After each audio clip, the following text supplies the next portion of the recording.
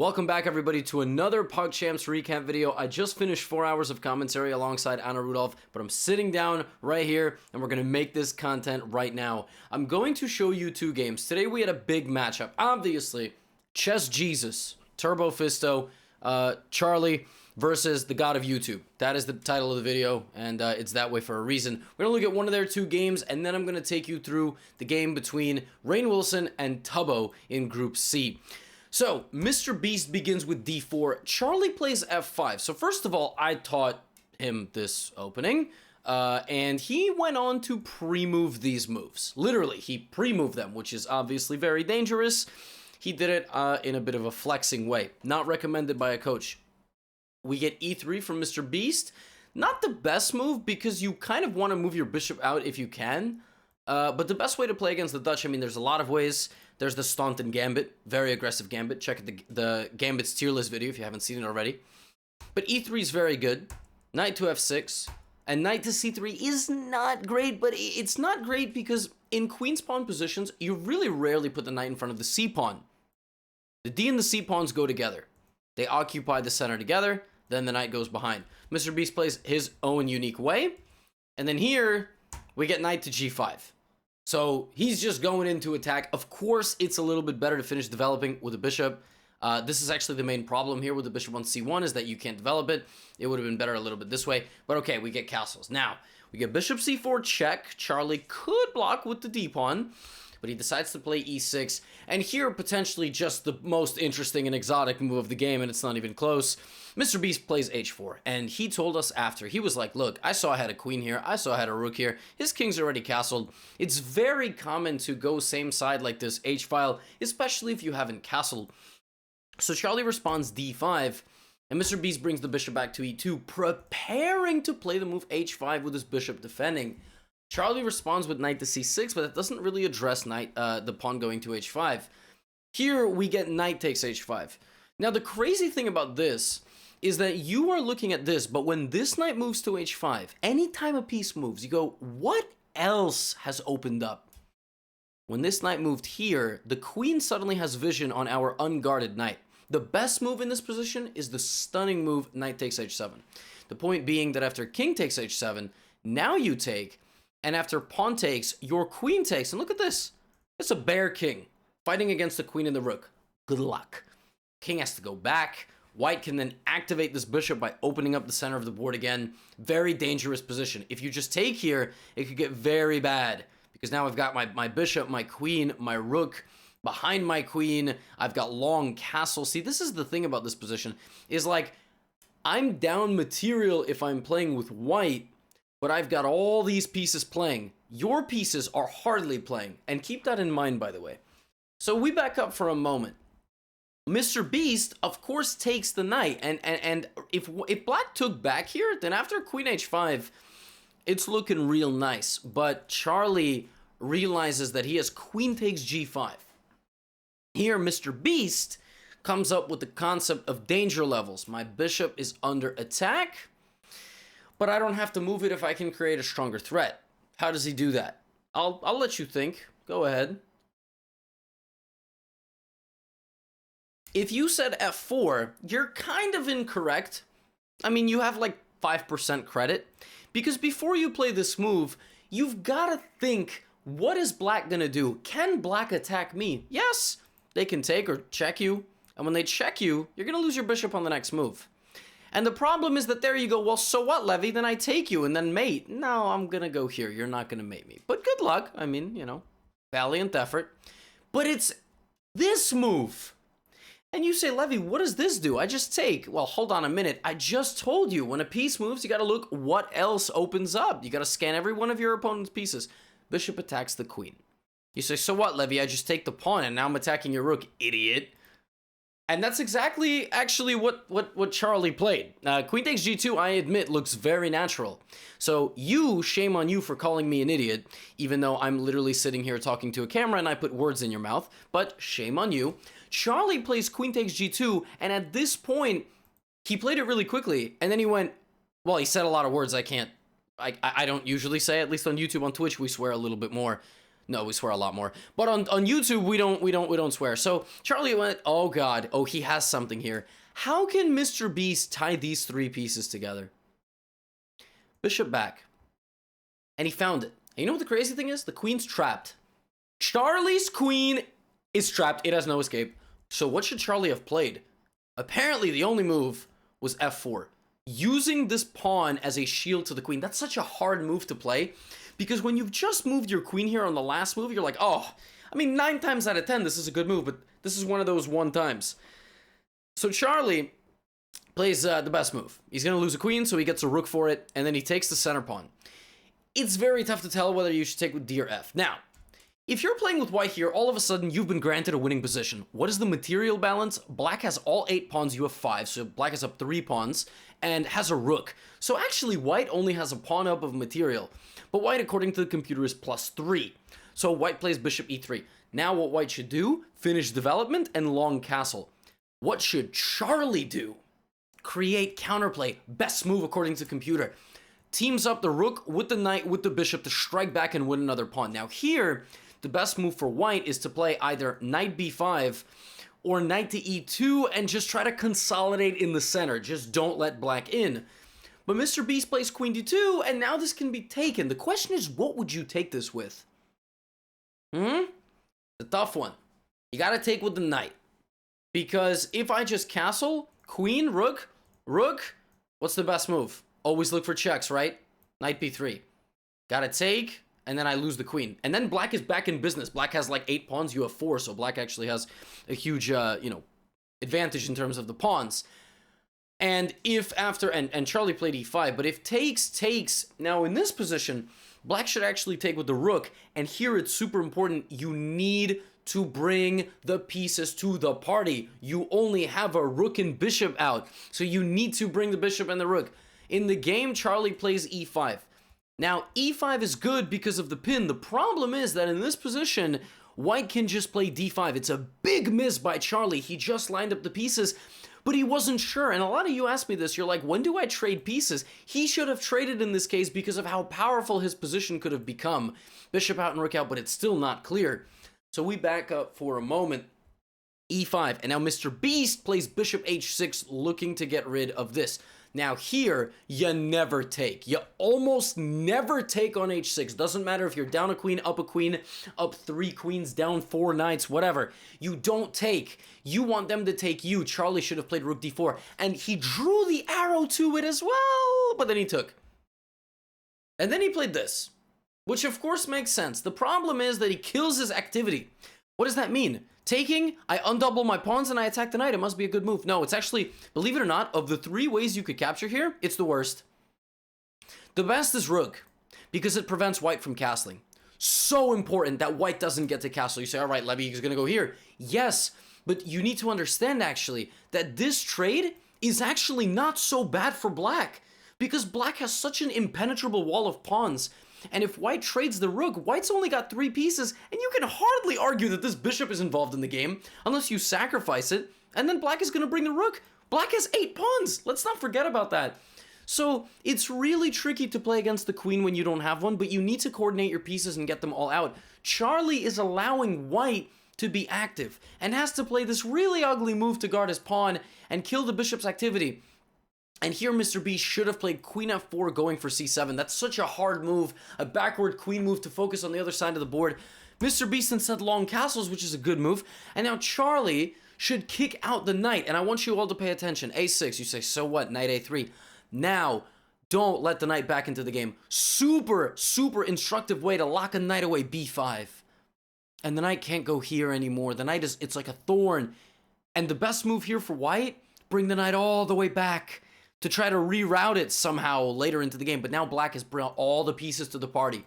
You've heard me say this throughout this video. But we get knight to b4, Charlie blundering the d-pawn. Like, literally just rook d4 here, and white is completely winning. And then you will play the pawn break f3 to activate the bishop. In the game, we got king b1, and Charlie just continued. This is the problem. He's attacking with too few pieces. But Mr. Beast, with 15 seconds on the clock at this point, played the move f3. And ladies and gentlemen, that move, you know, in chess, there are blunders that hurt, and then there are blunders that really hurt. And in this case, pawn takes c2 is game over because it's a check and it's defended, and you promote, and the game is over. Brutal. And that was all because of time. The best thing for MrBeast to have done there, just take it. And if black takes with the knight, for example, white plays f3, and white gets that pawn break black cannot push. Why? The queen comes back and infiltrates. That is how you would have won this game. You would have created that pawn break opportunity, and if black were to take like this, maybe rook e1, rook e8, for example. Rook e1, rook e8 is devastating, and it's the main drawback. Charlie's opening his position despite not having the offensive firepower to back it up. So Charlie should have restricted the movement of white's pieces and then finished his own development. But a very close game, and MrBeast, who literally learned chess. I mean, he played chess when he was younger, but he's barely had time to work. Charlie's played thousands of games. We gotta give a lot of credit to the god of YouTube himself. And who knows what other project he's working on right now. He could be, you know, buying the Mars rover or some completely insane thing, right? So we don't know what he's up to. If you don't know who MrBeast is, well, some of the older viewers might not. Like if you're in your mid-20s, 30s, you might not. But, you know, he does massive charity initiatives, these crazy expensive stunt street videos here on YouTube. And he gives away tens of thousands of dollars, if not hundreds of thousands of dollars in videos to people, everyday people. He's on adoption, you know, shelter videos as well, giving away dogs. So great stuff. In the second game of the video, we're taking a look at Rainn Wilson versus Thabo. This is a Group C matchup. Don't be fooled by Rainn's rating. He's only played 3 games on this account. One of them was a loss to Michelle. So his provisional rating, right? E4, E5. So the crazy thing about this game is that Thabo looked up how to play with the black pieces 2 minutes before his match. Now, Thabo should obviously watch GothamChess on YouTube, because we have a lot of those videos. So knight f3, knight c6, bishop b5, the Ruy Lopez, bishop c5. We get castles, knight f6, and rook to e1, and Thabo, rather than naturally developing, plays the move knight g4, attacking the f2 pawn.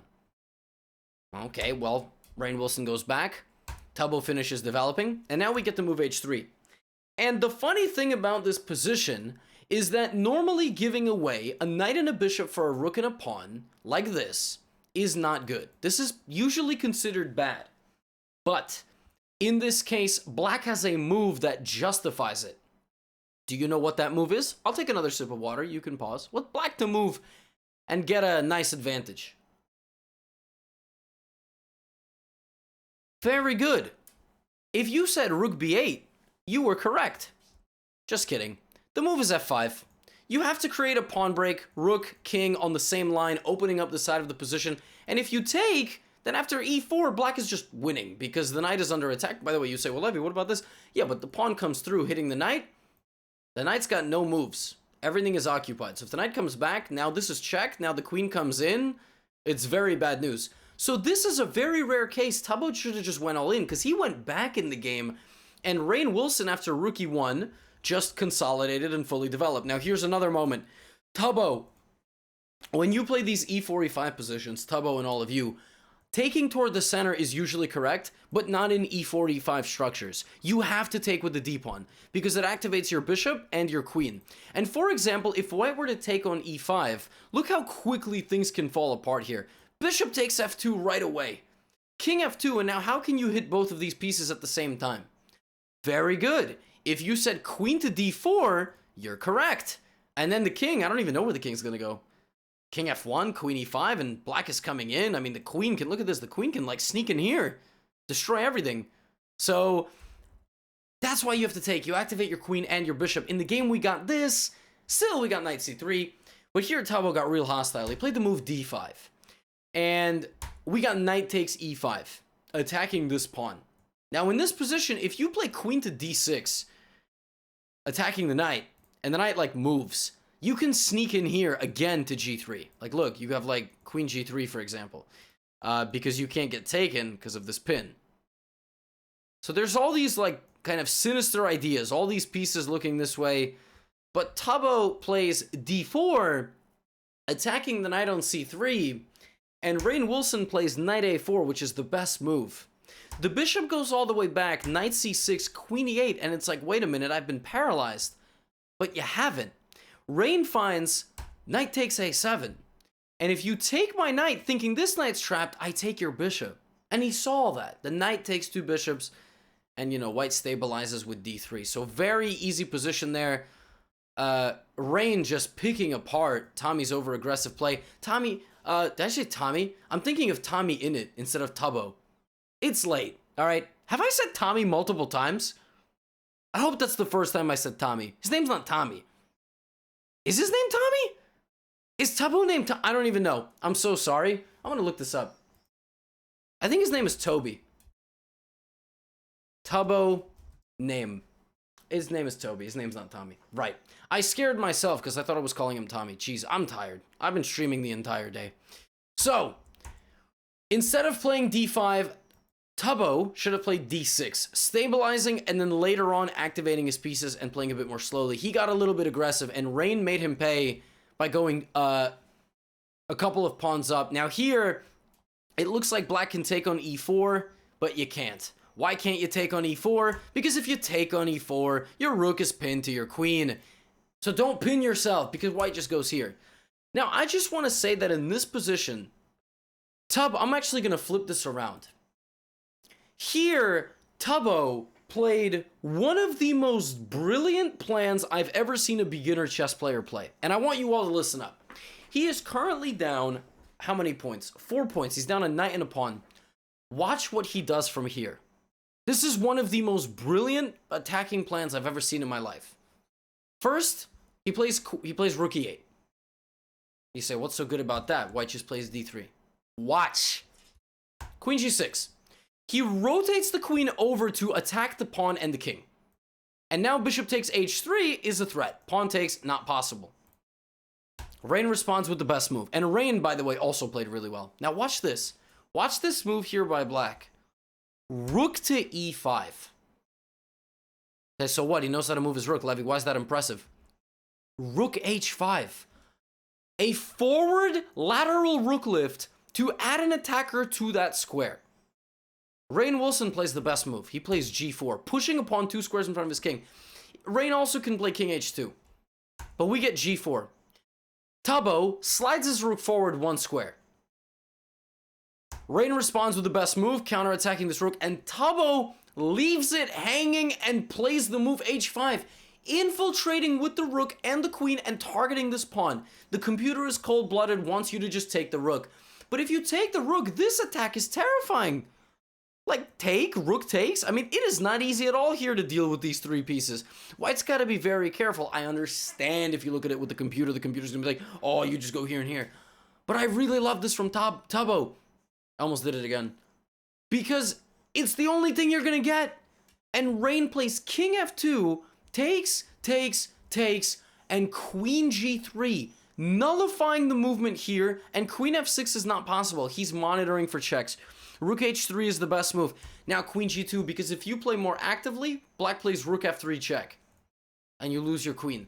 So queen g2, rook f3, and king g1, and he dances with the king and the queen behind, and there's no more checks. This beautiful attacking plan by Tubbo, met with great defense by Rainn, and Tubbo plays c5, which actually is a fantastic move on its own, because after bishop takes, we thought that he was going to activate his second rook. Notice, if I say, how do you get your rook to d7 in 2 turns? You gotta move your pawn. You don't start with the rook. But here, Tubbo, low on time, ended up playing bishop h3, and this is losing because the queens are traded. That's the one thing that Rainn was noticing, that this bishop couldn't move. And if the queen were to move, then obviously you just run out of firepower here, is really what's happening. But it's not too late to lose at any moment. You play king to h2, all of a sudden bishop f1 is mate.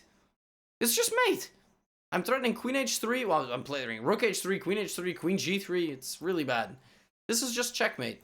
Rook takes bishop, rook h3 is mate in 1, and there's nothing you can do to stop it after bishop f1. So it's never too late to lose. You have to play king h1, because after bishop f1, there's queen h2. Would you guys have seen that? I don't know. Welcome to GothamChess recaps.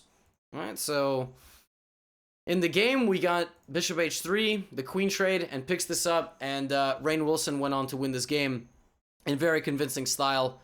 Just took enough pieces, and then just pushed the pawns. If you're saying, why isn't Tubbo resigning? Hey, stalemate is possible. But Rainn Wilson, very clinical, and gets the win. But I wanted to give Tubbo credit because that was a great counterattacking mechanism that he played there. Credit to him for fighting back. Credit to MrBeast for being up a queen. To Moich Critical for hanging in there. Good day of matchups. Good day of matchups. And tomorrow we have Sardosh versus Benji Fishy. And thus far, that is the highest rated matchup of PogChamps so far. So hopefully you enjoyed the recap. Drop a comment, give a like, subscribe. If you haven't already, 54% of you don't still, so I don't know what you're waiting for. But we got plenty of other content here on this channel. I'll catch you in the next video.